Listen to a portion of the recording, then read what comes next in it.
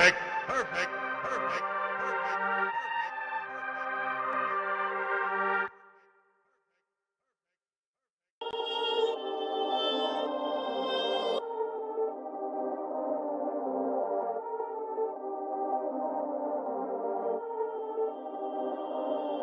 Perfect.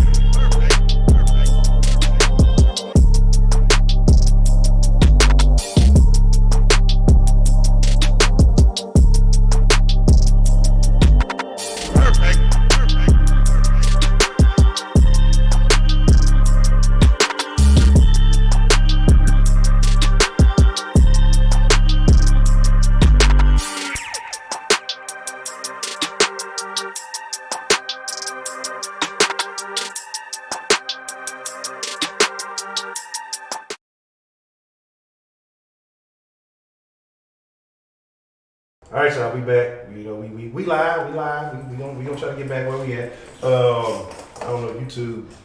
I don't know what the fuck just happened. Again, like I said, that's why we trust me. There's goals and then plans, man. We gonna make this shit. We gonna make this shit shake one way or another. We were talking about what was the last point we left off on the you know, we talked about good. We talked about the Keke returning punts. That's where we were. Okay. Right, your thoughts, man. Was that a necessity? Was that a, you know, just somebody to fill the void while Carter was out? Were they test him out? What do you think about the Keke returning punt situation? I mean, the guys basically already said it. I mean, you want to see what you got, you know, see if he can do anything, maybe upgrade your special teams. But in all honesty, man, other people should have been out there.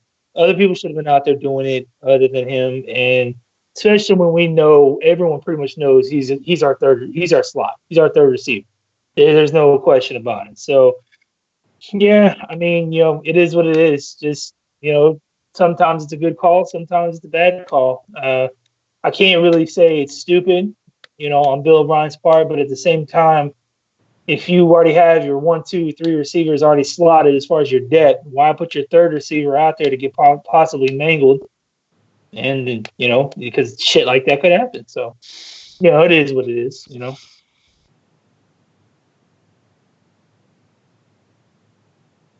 Man, the fucking YouTube did that corny shit. Let's kind of get to the Duke situation.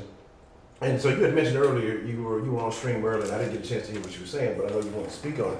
Ray, what are your thoughts on the acquisition of Duke Johnson? Was this a smart move by the Texans? Was it a necessary move? Did it surprise me? How did you feel overall about the Texans going out and getting Duke? And what were your thoughts on you know, Foreman and them cutting him? I kind of like to know your feelings on the overall situation. Right.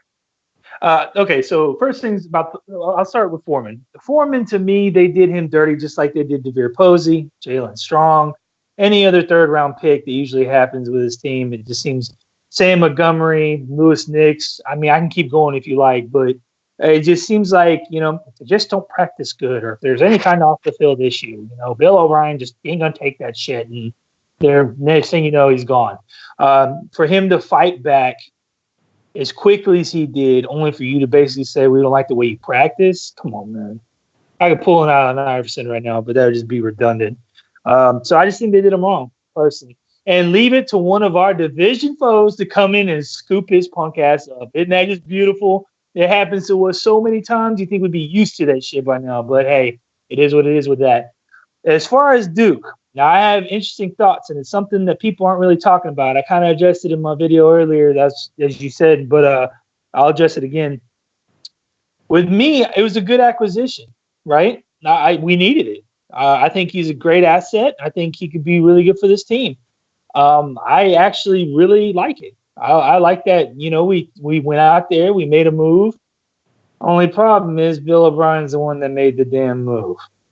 Now we're going to have to hear, if it pans out, if he has any kind of production for this team, oh, but look what Bill O'Brien can do. Look what he did when he brought Duke Johnson in. So now you're going to have to worry about that. Because here's what's going to happen if it pans out. Mark my motherfucking words on this, Honcho.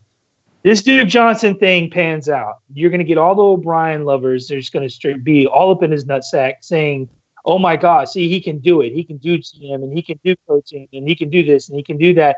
And the next thing you know, we're going to go 4-12, 5-11, And they're going to say, well, it's not Bill's fault. He's going to blame it on his new OC or his aging DC. Blame it on one of them, if not both. Kick him to the curb and then be around for another 3 or 4 years. Mark my fucking words. If Duke Johnson pans out, we're in trouble. And so I'm at a catch-22. On one hand, I really love it. I think he could be a great asset. If utilized correctly by the coach of this team, he could be a great asset. But therein lies the problem. He's got to be utilized. And if he is utilized, well, Lamar Miller, you're gone. I can tell you that right off rip. You'll be gone. This is your last year, right? I think he's in his last year. So This is last year, dude.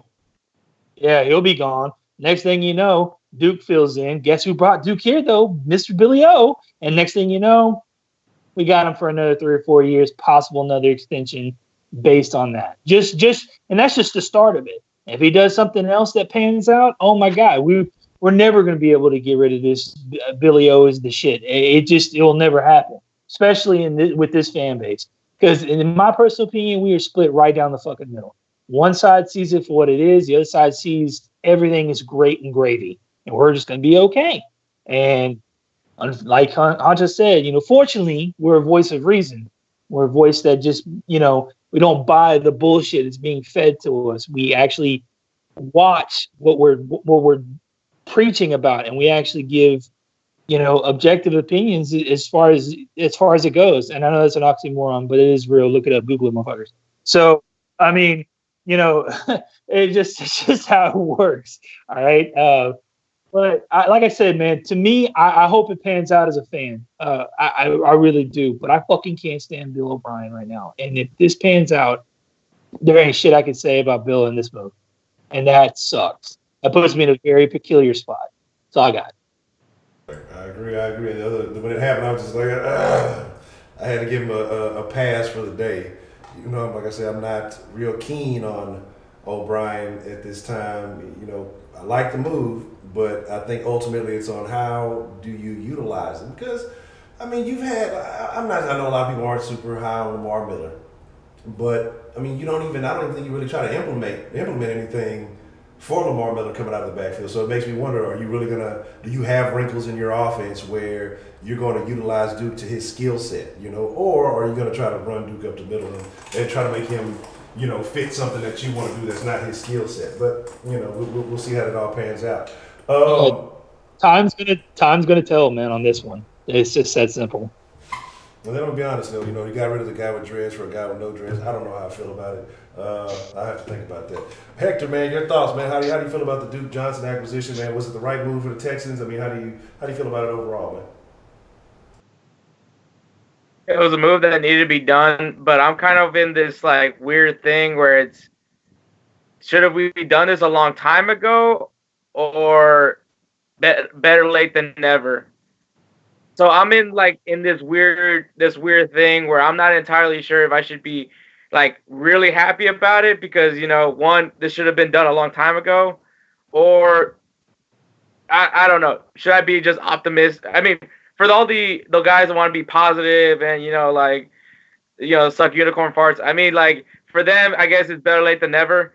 But this is definitely to me. I'm like, this move should have been done. And then if that's the case, how come we haven't made any other moves like this? If that's the case as well. And to all the Billy O stands, they're probably all like, well, there he goes. He's wheeling and dealing. I don't know, man. Like I said, man, I think this is one of those, we should have done this a long time ago. I don't know why we waited so long. That's how I feel about it. But, I do like the Duke Johnson move. I think Duke Johnson helps out. It boosts up the running back core. But to be honest, man, with me, I've said it before, man, with the whole running game, I think it's going to be a run by committee. I've said that for a long time, and I'm sticking with it, and that's even including Deshaun Watson. So this still kind of just makes me continue with believing the whole thing that this is going to be a run by committee, not by one guy.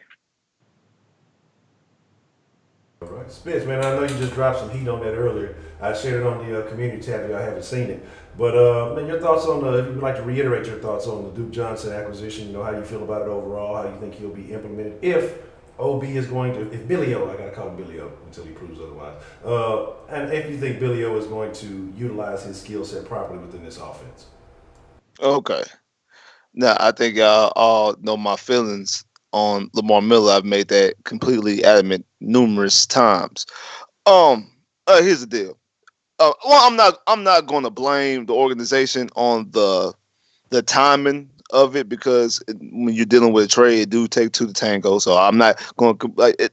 I don't know exactly when they could have got it done earlier, but when we're talking about the move itself, I think it was a good move. It was something that the Texans did need to do. It was a piece, another weapon for Deshaun Watson. But the flip side to that is, I think that's what Duke Johnson is. I think he's a weapon. I don't think that he is a quote unquote running back. He's a guy who you get. Yeah, you can give the ball to, you run to, you could do some some swing passes, things like that. You put him in the slot, he can make plays like that. I've seen a lot of plays him in the slot in Cleveland. But as far as him giving the ball up the middle, it's not his strong suit. So I look at him more like how the Saints used Reggie Bush, how they used uh I forgot his name. Plays for the Eagles now. Sproles. Sproles, yeah, thank you. Yeah. Sproles. How the Patriots use Deion Lewis, key Patriots, Deion Lewis, Kevin Falk, things of that nature. I think he's that type of back. So you're still gonna need a running back because I mentioned this before about making a play for Duke Johnson way back in February. We still had Foreman on the team. I still want us to bring a running back when we had Foreman on the team. So now you get rid of Foreman and you bring in the running back. I still think you need another running back. And that's the reason why I'm very focused on Karan Higdon and Crockett in this preseason to see exactly what they do. Because, like I said earlier, that third running back spot is going to be up for grabs. And also, you're going to depend on that back because you're not just going to be giving Lamar Miller 25 carries a game. I'm thinking he's going to get somewhere between 10 and 15. And the same thing with Johnson. I think Johnson's going to get about 10 carries, but then get another 7 catches or 10 catches, things like that. He might get more touches than Lamar Miller, but his touches are going to be split between the pass and the run. And I have no issues about how I think they're going to use him because I know I agree that we do use Lamar Miller incorrectly, but I don't have a question about them throwing to the backs because Bill O'Brien was coaching his first year him coaching here. We did have Foster. He threw the ball to Foster. Foster caught a lot of passes in 2014. That's because Foster has the capability. I think it's more so Lamar Miller is not capable of catching out the backfield. We think he should be able to because he's a fast back, but I have yet to see him make plays out the backfield catching the football. We've seen Duke make plays out the backfield catching the football and in the slot numerous times. What was that? Wasn't that Miller in? Was that the Seattle game? Or was that the Patriots game a couple of years back when Watson avoided like 2 tackles? He spun out there, but he threw it with his other hand. Who caught that? It was Miller. Like it was, yeah. Just like that Brock Osweiler touchdown was a catch. And the comeback against the Colts when he went from sideline to sideline to score. Mm-hmm. Yeah, that's what I said. I don't know. I just want to believe it, but I can agree with you. We haven't really seen a lot of it. Maybe they see something in practice that we don't see.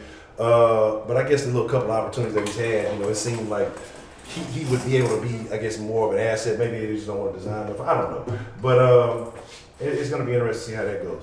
All right, so here's the last thing I want to get into.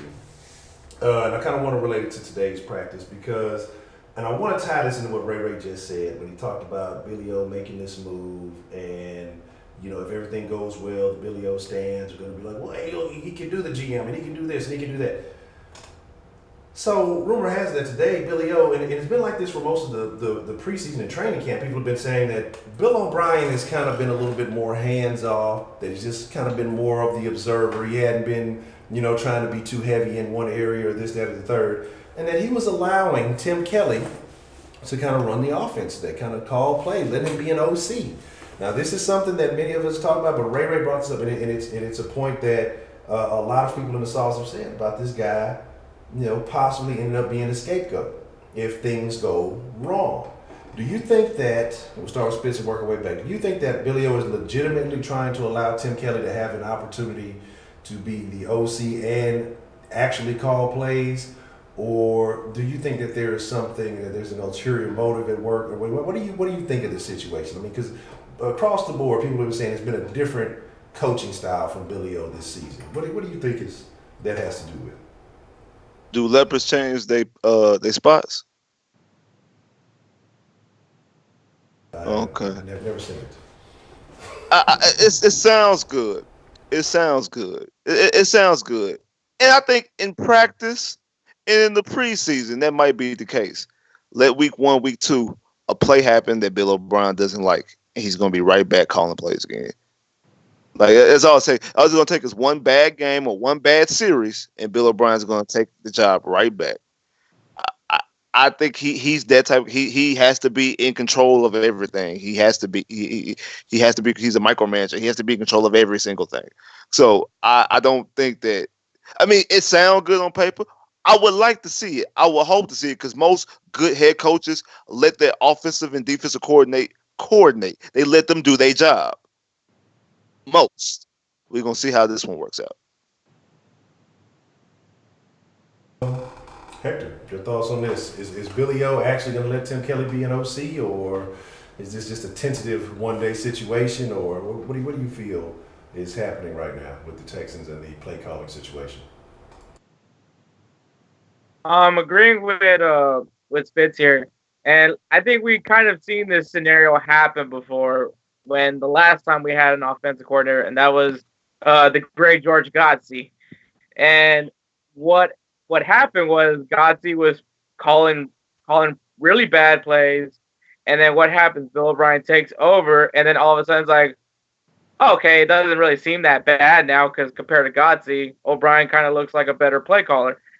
And I feel like that, like kind of what Ray said, this guy is gonna become the scapegoat. I think he made this move strategically because of the fact that he was like, oh shoot, a lot of people are like getting on me, so let me bring in this offensive coordinator. He probably did eeny meeny miny mo with all his assistants and just like this guy. And there we are. Now we got Tim Kelly, or as Tenny likes to call him, the coffee guy. And I think that he'll come in, he'll call some plays. It's gonna frustrate some people, and then Bill O'Brien's gonna be like, "I'll take over." And then the Billy O stands will be back at like he's a good play caller. But it's really easy to make somebody look good when you have somebody looking bad. Hopefully Tim Kelly just comes in and he's like, man, screw you, OP. I'm actually gonna do a real good job. Because honestly, man, like I feel like everybody agrees. Let's have these guys prove us wrong. So, and I mean, maybe Tim Kelly could be. I mean, I hope so. Like again, I have absolutely. You got to understand. There's a crow on my desk right now, sitting there chilling. We're making eye contact right now. It's a crow right here on the desk. I want to be wrong about the things that I'm saying, all the negativity about this, because again, like we say, if I sell y'all sunshine, rainbows, and cake and Kool-Aid and cookies, and we have a whole bake sale over here, and it don't go right, well, y'all just fade off. Y'all fade away. Y'all go watch the Astros. Y'all gonna go watch Rockets or whoever else y'all watch. But the Magic. Ain't nobody watching the Magic. But we're gonna still be here. Ray, man, your thoughts on Tim Kelly? Is he really the OC? Is he really the OC in name? But is he really the play caller? What's going on with that situation? Do you think Bill O'Brien is more hands off? Has he changed his coaching style? What are your thoughts on this? I agree with the other two gentlemen. I've already said it, man. I said it when Tim Kelly was hired. I said, there's your scapegoat right there. This guy went from an O-line assistant to a tight end coach and a quality control offensive coordinator to offensive coordinator from an offense that is seemingly sputtered for the most part of his last season. Like, dude, I'm hoping he does great. I mean, I hope he does great, and Billy has changed his ways, and I can, wish in one hand and shit in the other to see which one fills up first, because that's how this feels. It's like, the writing's on the wall, guys. Like, he hires a first-time offensive coordinator that used to be an O-line, quality controlman, assistant coach, tight end coach, and y'all think he's just going to turn over the playbook and just say, it's yours? And even if he does, either way, he's the scapegoat. Even if he does give him the reins and he botches it, guess what? It's his fault. If he turns over the reins, botches it, and Billy O takes over, guess what? Still his fault, not Billy's fault. Because Billy was doing what, like Spitz said, every other coach in the NFL, for the most part, does give their coordinators the carte blanche to basically do what they're supposed to do, their freaking job. But like Spitz said, Billy O has always been a micromanager. Always. He's never changed that. Even when he goes out of the way to even show you he's not being one, he still ends up becoming one shortly thereafter. Again, the fan side of me, I would love to see Kelly come in and just go, you know what? I'm the next Sean McVay. This shit's about to go down. We're about to take off. I would love to see that. Seriously, no doubt. I like Honcho and everyone else. I'll eat crow and I'll gladly sing the praises of the coffee man turned offensive genius. I got no problem with that. But I kind of take a cue from history a lot of times, especially when it comes to people. You screw me once, shame on you. Screw me twice, shame on me. There ain't gonna be a third time. And Bill O'Brien, I gave him enough rope to hang me 4 or 5 different times. So yeah, that shit ain't gonna happen again. So until I see differently, my mind will not change on that. I'm sorry. My facts dictate otherwise. They form my opinion. That's what it is. That's the thing. And if you go back and you look at the history, shout out to UCF. What's the motherfucking deal, man? That's the deal, and that's where we're at right now. I'm gonna lean to the trends. I'm gonna lean to what history's told you. And for the most part, O'Brien has been a disappointment. And again, let's say we do what we're supposed to. Let's say we do win the division, right? How confident are you in Bill O'Brien getting you out of the first round of the playoffs? What has history told you? But again, more people would rather reside on hope and guessing and non-factual fantasy type shit and then get upset when it happens. I mean, I think right now this is to avoid buying tickets to that emotional roller coaster. I think that's why I'm feeling the way I'm feeling. I'm not going to get overexcited starting off this year. I'm not going to be on the hype train. As much as I love Deshaun Watson, as much as I love what Hopkins is, as much as I like what Keke can bring to the table, and thank God it was a minor situation, as much as I love what Will Fuller can do when healthy, a few things that this team has showed me repeatedly is they definitely need to have something in case Fuller's not going to make it through the whole season, because the likelihood says that he won't be available for 16 games. And I'm not, knock on wood, I'm not trying to jinx him, but that's what history has shown you. This O-line is showing you that they don't develop talent. Devlin's been here since, 2014? This is 2019. What is this, going on 5 years, 6 years? Right. So my thing is, how do you feel confident? Everyone is on the same. There's not one person who will sit here and say, hey, Devlin is a solid O-line coach. He's a good O-line coach. Nobody will say that. But then they'll get mad when we say, hey, this offensive line is not very good. I don't understand. Maybe I'm lost in translation or something. Everybody will say he's not a good O-line coach. But if you say, hey, Titus Howard doesn't look that good, so-and-so doesn't look this good, you got questions, people get mad at you. Well, he was a first-round pick, so he's going to be a Hall of Famer, and he's going to be Rookie of the Year at tackle or guard, or one of these positions they're going to play him at. They don't even know what position he's playing right now. Let's be realistic. Texans don't know if he'll be a tackle this week, might be a guard next week. Who fucking knows? They don't even know. The Texans do not have a starting five. I do not believe that they know who their starting 5 offensive line is going to be. This is week 2. Going to be facing the Detroit Lions very soon, and they don't know what they're going into the season with. That's a big red flag. And Honcho, I want to add something to this. Guys, we're not just saying this because of who the player is. We said the same shit about J.J. Watt. Mm-hmm. Do you guys not remember that? We said, man, 2 years in a row, 2 major injuries, and it's going to be hard for him to come back and at least produce on somewhat of an, above average level. And he came back and did it, so he proved us wrong. It's not that it doesn't happen. I mean, it could happen. And Bill could turn the corner and be a great coach. The history of it at this particular point dictates otherwise. It was the same thing we were saying about J.J. Watt. It's the same thing we've been saying about Will Fuller. Your history shows you don't stay healthy for a season. It's not complete bias. It's if Billy O has been doing what he's supposed to be doing, this wouldn't be a conversation.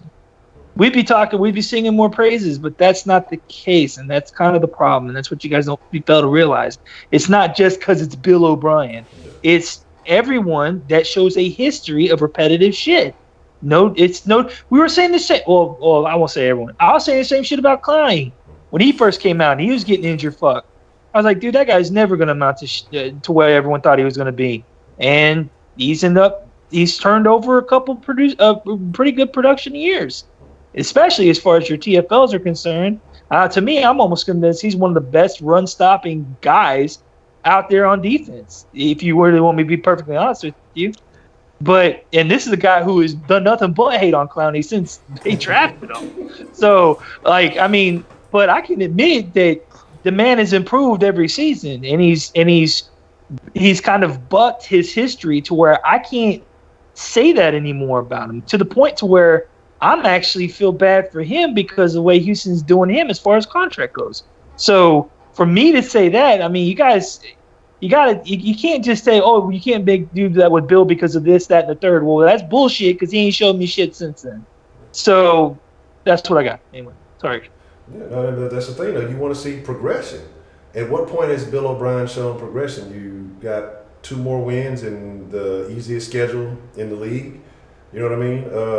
We went over those stats the other day, and again, like I said, we showed the quarterbacks that we faced last year, and then what their statistical ranking was compared to the ones that we'll be facing this year. But their statistical, and it's comparing apples and oranges. You're talking about bottom of the barrel. It was 8 or 9 rookies and backups versus the best of the best in the league. You know what I mean? So, but people either guys who've won MVPs or have played at an MVP level. Yeah, I think we faced seven MVPs. Somebody said 7 MVPs on the quarterbacks that we'll be facing this year, and some of those are multiple times. Not even just the quarterbacks, but you got pretty damn good receivers too. Exactly. I mean, like Brady, Breeze, Rivers, Luck twice, Ryan. and my boy Patrick. So we ain't gonna talk about that. We're not even talking about the coaches. And that's the ultimate thing is the coaching. Because when it comes down to it, it's chess game. It's a chess game, not checkers. You can have all the greatest pieces, but what happens when Bill Belichick faces some of these guys? He learns how to take away your best piece, and it makes you have to really coach. It makes you have to figure something out. O'Brien, if you take away what he does best, well, that's the game, folks. That's the guy. I just got to coach better, and we got to figure some things out, and we're going to go back to the film, and we're just going to figure out where we went wrong and what we can do better, what these guys can do better, and that's what it is every game, man. Like when has the coaching gotten better? When does it get better? Like that's my thing is this is not hating on the Texans, but you have to acknowledge that the level of talent has gotten better. You have to acknowledge that. I don't feel like the coaching staff has improved in any way. Unless they just all went on a retreat to Hawaii and learned some kind of new with team building skills, doing trust falls and shit. Like I don't see what makes Bill O'Brien better this year than he was last year, even when he was fully healthy. Again, you look at that 9-game winning streak. The only 2 teams that you faced were good were Indy and Dallas in that streak, and both of those games went into overtime. Those are the only 2 playoff teams that you faced. Both of those games went into overtime. And after the rest of that, it was all a bunch of teams that weren't even sniffing the playoffs. You know what I mean? I'll give them credit for their Redskin game because that team was a good team when we played them and we hurt their quarterback. So I would give them that Redskin game. See, and I'm 50-50 on the Redskin game because if it would have been with Alex Smith the whole time, I'd have said yeah. If Alex Smith wouldn't have broken leg, he played yeah. But then you had Colt McCoy who. Nobody even knew this nigga was still in the league. Like Colt McCoy, what? Colt McCoy? I saw this. I'm like, this is a glitch, right? Who is this? Who is this? No, not Colt McCoy. Colt McCoy from Texas? Like nah. And he came in and he put a little pressure on the Texans. So it was just kind of like, what's going on? Because that's what what's his name had the one-on-one return. Yeah, the pick 6. Yeah. And so that's what I'm saying. Like, if it wasn't in Bill O'Brien's game plan for some of these wins. Some of these things happen with.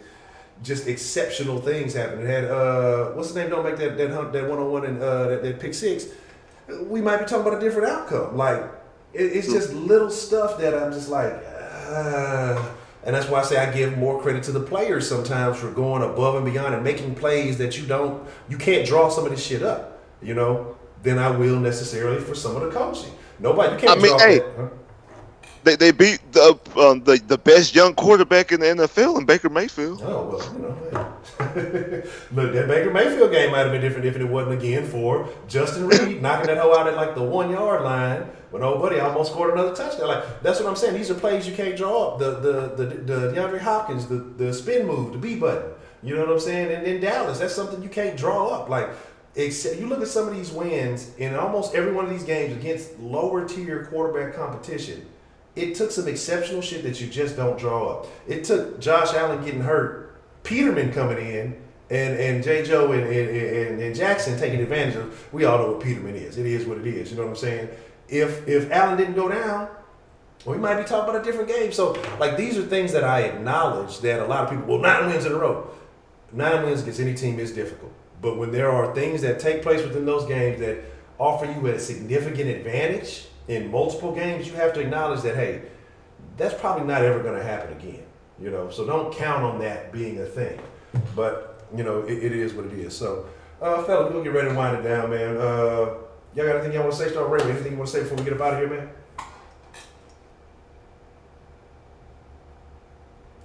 Nothing, man. It's just good to be back, man. Thank you guys for watching. This time is precious. We appreciate you spending your time with us, even though we're such negative Nellies, so to speak. So, we just try to give you guys, an honest opinion as best we can, and hopefully you come back and not fuck you. Straight up. I mean, it is what it is. If you can't handle a little bit of realism, and I don't know what to tell you, player. Like I said, you got 1,000 other places that will pour a little extra sugar on that, give you everything you need. You know what I'm saying, to make you feel good, make it taste better. They'll sprinkle a little sugar and decorate it all nice for you, man. We're gonna keep it. And this is not to say that the Texans are trash. They're not saying that they suck. They have all the talent in place to be a good team. The coaching staff is still very questionable. The offensive line is an issue, but there's the opportunity, like you say, Trent Williams. There's a couple of things you could do to go and solidify that. That's all we're saying. But Hector, anything you want to say before we get up out of here, man? Shout out to everybody that watched the stream. Make sure you guys subscribe to Sauce Sports if you haven't yet. Go into these guys' channels. Make sure you guys subscribe to them. Show them some love. In the end of it all, we're all fans. That's like the big important part. Whether we're negative or positive, we're still gonna support this team and through thick and thin, and that's what makes Sauce Sports what it is because we're real fans. Man, if you liked the first video, remember that the signal kind of went out for a little bit, so it actually split the videos in two. So if you liked the first one and you ain't like the second one, hit the like button on the second one too. You got to do a little bit of double duty. My fault for that. There will be a DN at 10 tonight for Ball of 503. I don't know what I'm talking about yet, but we'll talk about something crazy, I'm sure. What's today, Saturday? Yeah, we'll talk about some crazy shit. Spitz, man, what's on your mind, man? Anything you want to say before we get up out of here? I mean, to be a shout out to everybody out here and everybody that's watching the stream. And my opinion, we're not really negative because, to my knowledge, none of us out here are claiming to be insiders or reporters or executives or trainers, anything like that. We're out here giving our opinion. You don't have to agree with our opinion, but our opinion is that. Our opinion. It's our personal assessment of what we feel about these individual players, the individual coaches, the whole coaching staff, and the team as a whole. So that's all. It's all opinionated. It's like we're not here claiming that we know everything about football, because we don't. Because we fans just like y'all. We just like to voice our opinion. And that's true. We passionate about how we feel. We might go overboard when we trying to express ourselves, but it is what it is. And appreciate everybody out here watching. And if you want more information about how I broke down the Duke Johnson trade, I dropped a video earlier today, so go check that out. I never go over emotional. Never. Yeah. You're always hey, you're the Zen one. You're the calmest one on the stream all the time. No. I'm the definition of Zen. Fucking love guru shit, dude. would agree with that, man. You know, we're all very reserved and very calm, and I think we present very logical analogies. We would never say anything about old condoms or anything like that. You know, we're on the up and up about everything. Shout out to Hector, man. But just like these gentlemen said, hey, man, links are all in the description below, so no excuse not to go subscribe, man. The links are in the chat, like they literally circle through the chat through the entire stream. So you can't be like, oh, I don't know the link to Hector's channel, I don't know the link to Spit's channel, I don't know the link to Ray Ray's. They're literally circling through. Like, matter of fact, I'm looking at it and I see damn near everybody. I see Ray Ray's, I see Spit's just on this one screen right now, so I know Hector's ain't too far behind if it was just ahead of it. So right there. So no excuses, man. Look, you go hit the links. Y'all all in the chat. We appreciate it, man. Hey, we'll be back. Again, like I said, it's sauce season, 7 o'clock is when we operate. That's how we rock it. I want to say shout out to Go watch Dynamo. Yes, watch the Dynamo. How are the Dynamo doing, Hector? Watch the Magic. Don't watch the Magic. Not looking good. And that's why you should watch the Magic. If you want to watch a good GM, go watch the Astros. That's all I got to say. Shout out to the Astros, man. And watch Lingerie League football. I mean, Legends League football. I'm telling you, when they get a Houston team, I'm trying to be the first. Look, we Saw Sports going to be covering the Legends League football. I'm trying to get in the locker room. Hey, look, if the women's can go into the men's locker room after football games, I think that Saw Sports, we should be certified and credentialed and allowed into the locker room. That shit probably smell like fish and chips. Anyway, I'm going to slide out. Appreciate all of y'all, man, for coming through. Shout out to Spit, shout out to Ray Ray, shout out to Hector, man, and shout out to Sauce Nation. Y'all the freshest motherfucking ingredients in the world. Most of all, hey, look, y'all stay saucy, be cool like y'all be cool, and we out. Perfect.